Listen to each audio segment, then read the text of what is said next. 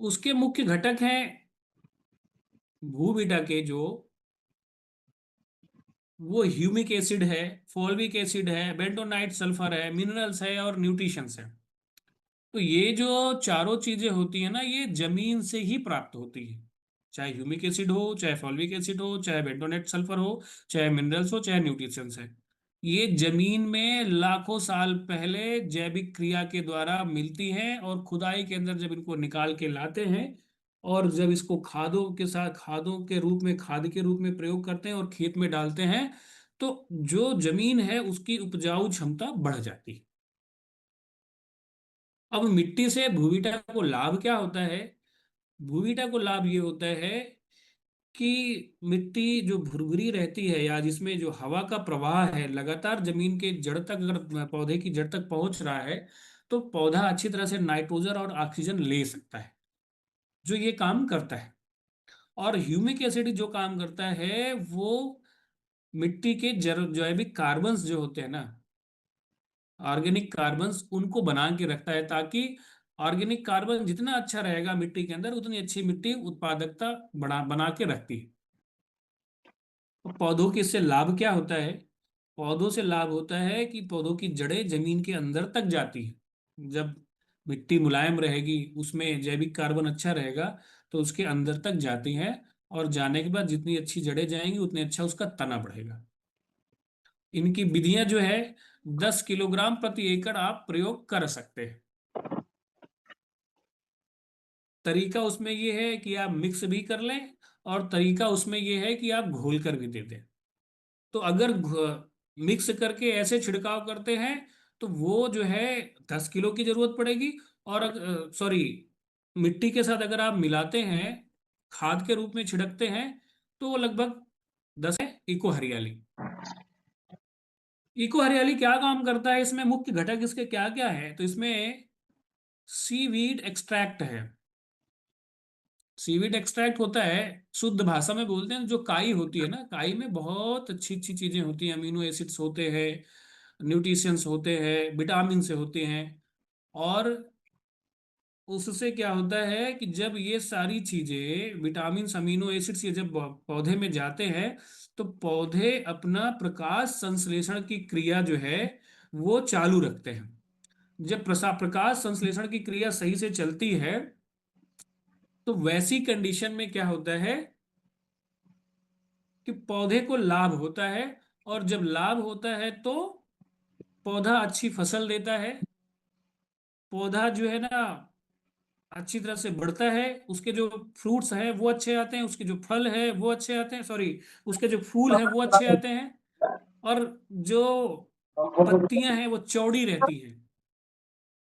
और समय के साथ साथ जो समय का प्रभाव होता है ना, समय का जो मौसम का प्रभाव होता है, उससे पौधा बचत कर रखता है, यानी अपनी बचत कर पाता है। जैसे होता है ना कि हम लोग जितनी ज्यादा इम्यूनिटी चीजें खाएंगे, उतना शरीर हमारा अच्छा रहेगा।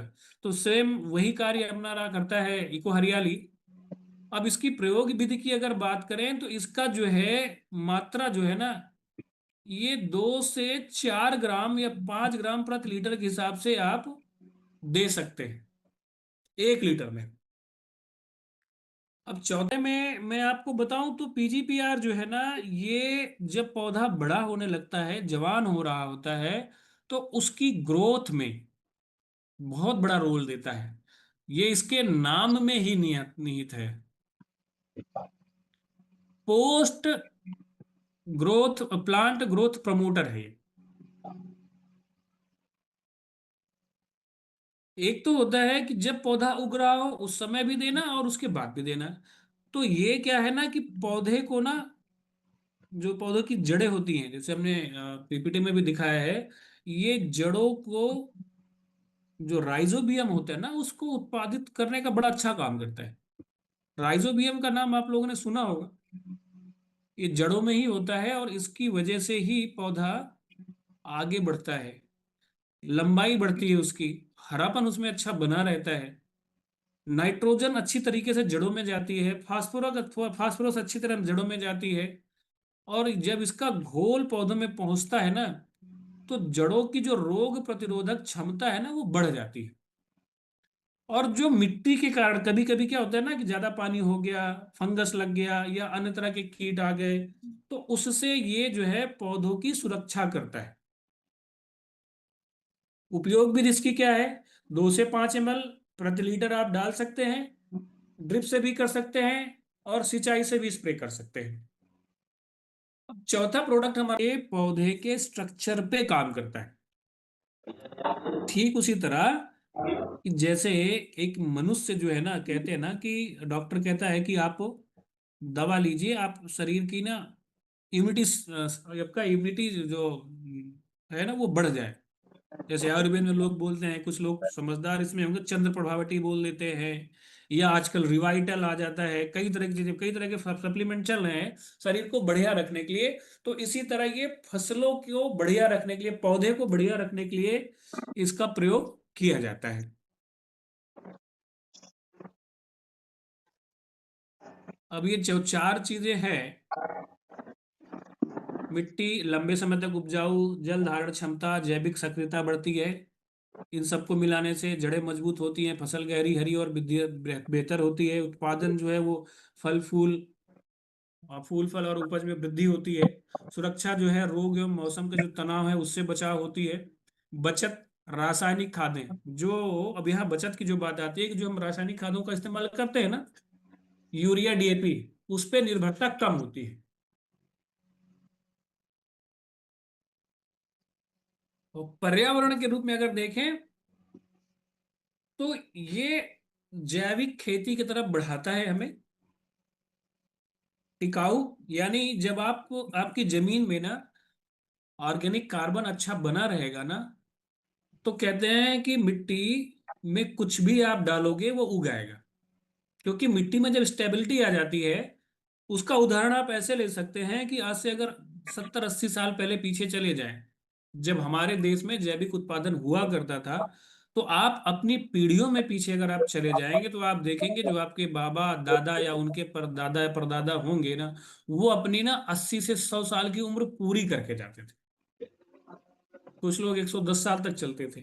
और वो जो प्रॉब्लम्स रही, यानी यूरोप ने हमारे ऊपर पूरी तरह से जब एलोपैथी और इन चीजों का, इनऑर्गेनिक चीजों का प्रभाव डाला, तो क्या हो गया कि भोजन की जो आवश्यकताएं हैं पूरी तो उसने की, लेकिन शरीर की जो इम्यूनिटी पूरा सिस्टम है वो पूरी तरह से बिगाड़ दिया। तो लोगों को दुनिया भर के रोग आ गए, hypertension, blood sugar, kidney failure नए नए लोगों का हो रहा है, आंखों में प्रॉब्लम, त्वचा की प्रॉब्लम, और सबसे बड़ी देखेंगे जनरली लगभग जो प्रॉब्लम आ रही है वो लोगों को आ रही है ब्रेन हैमरेज की, लकवे की। क्यों? जब इन ऑर्गेनिक चीजों से उत्पादित चीजों को हम खाते हैं तो हमारे वो बॉडी का जो ब्लड है उसको वो मोटा कर देती है। जब ब्लड का बॉडी बॉडी का ब्लड जब मोटा होता है, और मस्तिष्क में जितनी भी नसें हैं ना वो सुई के नोक के बराबर होती है, जिसमें ब्लड ब्लड पंपिंग करता रहता है, मोटा हुआ, पंपिंग सही से नहीं हुई, तो उससे जुड़ा हुआ जो अंग है वो प्रभावित हो गया, पर्टिकुलर नस से जुड़ा हुआ अंग प्रभावित हो गया, और उससे क्या हो गया, हम किसी ना किसी रोग की ग्रस्त में आ गए। और जो हमारा जैविक है वही हमको सिखाता है कि नहीं, जैविक खाओगे तो उसका गलत प्रभाव नहीं पड़ेगा, शरीर में घुल करके वो मूत्र के द्वारा निकल जाएगा, मल के द्वारा निकल जाएगा, लेकिन आप पे कोई प्रॉब्लम नहीं करेगा, फायदा ही करेगा। लेकिन वही जब हम इनऑर्गेनिक चीजों का इस्तेमाल करते हैं, एलोपैथी का इस्तेमाल करते हैं, तो इनऑर्गेनिक क्या करता है, वो प्रॉब्लम क्रिएट करके जाता है। एक हल तो वो दे देगा लेकिन दूसरी प्रॉब्लम क्रिएट कर देगा।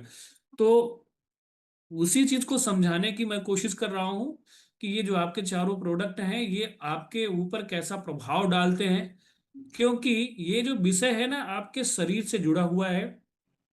एक कहावत आपने सुनी होगी, जैसा अन्न वैसा मन, ये सबने सुनी होगी। ठीक उसी तरह है, जैसी मिट्टी वैसा अन्न और वैसा मन।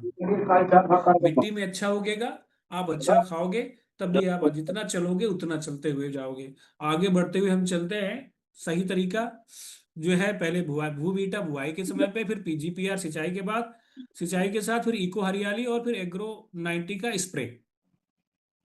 जो ये जानकारियां हैं थोड़ा बहुत मैंने आपको बता ही दिया है कि भूविटा क्यों डालते हैं, मिट्टी सुधारने के लिए, बुआई के समय, पीजीपीआर बैक्टीरिया की शक्ति के लिए, सिंचाई के समय, इको हरियाली, चमक के लिए, सुबह शाम कर सकते हैं, और एग्रो 90 जो है ना हर स्प्रे की ताकत बढ़ाने के लिए। जैसा कि दिया हुआ है कि मात्रा इसकी कितनी डालें। जैसे 4 किलो का जो प्रति एकड़ का दिया गया है वो एक बार में भू बीटा का। उसके बाद वैदिक एग्रो की जब बात आती है, वैदिक एग्रो इको हरियाली की, तो वो भी लगभग, अगर आप पानी के साथ मिक्स कर रहे हैं तो वो लगभग 100 से 50 ग्राम डाल सकते हैं 1 लीटर में, और 2 से 5 ml प्रति लीटर के हिसाब से आप प्रयोग कर सकते हैं। वैदिक एग्रो पीजी आप पीजीपीआर की बात करें तो वो भी 2 से 5 ml प्रति लीटर के तरह आप इस्तेमाल कर सकते हैं। और वैदिक एग्रो 90 जो है वो 5 ml से 10 ml के आसपास, 0.5 ml के आसपास का वो 1 लीटर पानी में इस्तेमाल कर सकते हैं। आगे हम जो उस पर बताएंगे वो 16 लीटर का जो ड्रम होता है, 16 लीटर का जो पंप होता है, उसमें हम कितना इस्तेमाल कर सकते हैं उसको भी आगे बता रहे हैं आप लोगों को।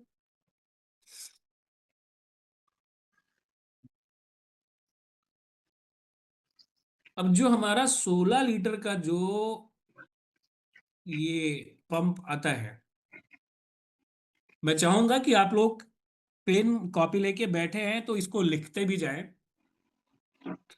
क्योंकि शुरुआती दौर में जब आप मिट्टी की तैयारी करते हैं, किसी भी खेत में कोई भी चीज आप लगा रहे हैं, तो मिट्टी की तैयारी करते समय आप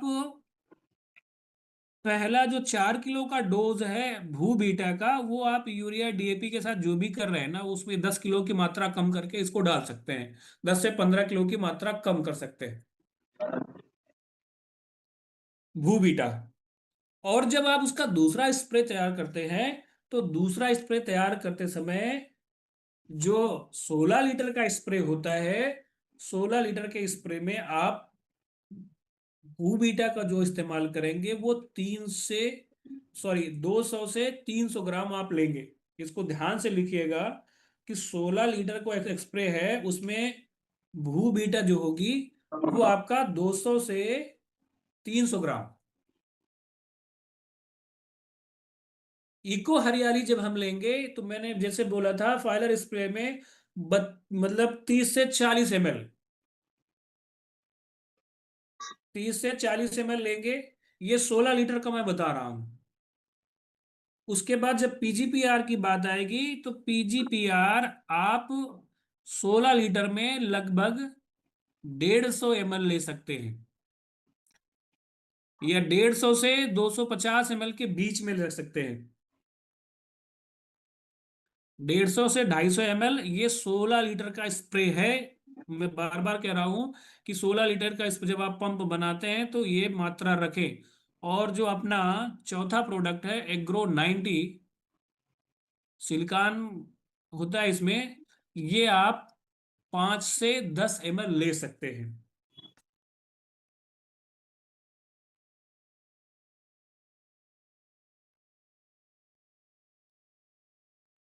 ठीक है।